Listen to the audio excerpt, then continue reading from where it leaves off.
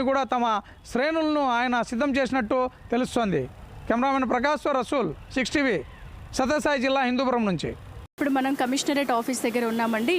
కొద్దిసేపటి క్రితమే మన సిపి కొత్తకోట శ్రీనివాస్ రెడ్డి గారు ప్రెస్ మీట్ని రిలీజ్ చేయడం జరిగింది. దానిపైన గత 2022 నుండి చూసుకున్న నేరాల ప్రకారం అయితే 2022లో 2% ఉన్న నేరాలు 2023లో 3%కి పెరిగాయని చెప్పేసి వారు వెల్లడించడం జరిగింది.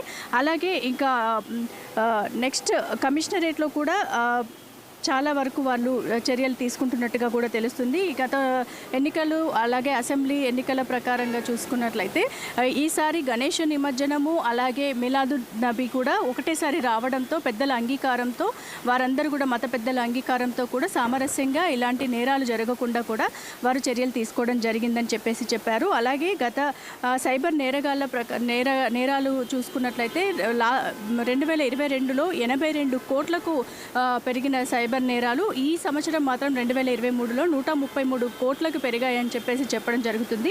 అలాగే ఫోక్సో కేసులు కూడా పెరిగాయి. మహిళలపైన అత్యాచారాలు కూడా ఎక్కువగా అయ్యాయని 11% పెరిగాయని చెప్తున్నారు. గత 2022తో పోలిస్తే 343 ఉన్న నమోదు చూసుకున్నట్లు కేసుల నమోదు మహిళలపై అత్యాచారాలు జరిగిన కేసులు చూసుకున్నట్లయితే 343 ఉంటే ఈ సంవత్సరానికి అవి 403గా నమోదయ్యాయని కూడా చెప్పడం జరుగుతుంది. అలాగే నార్కోటిక్ డ్రగ్స్ పైన కూడా వారు ప్రత్యేక శ్రద్ధను పెట్టినట్లుగా తెలుస్తుంది. ప్రత్యేక నిఘాను పెట్టి స్నీపర్ డాగ్స్ను కూడా ఉపయోగించి ఎలాంటి నార్కోటిక్స్ కానీ డ్రగ్స్కి కానీ అవకాశం లేకుండా చూడాలని మాత్రం సిపి శ్రీనివాస్ రెడ్డి గారు తెలియజేయడం జరిగింది.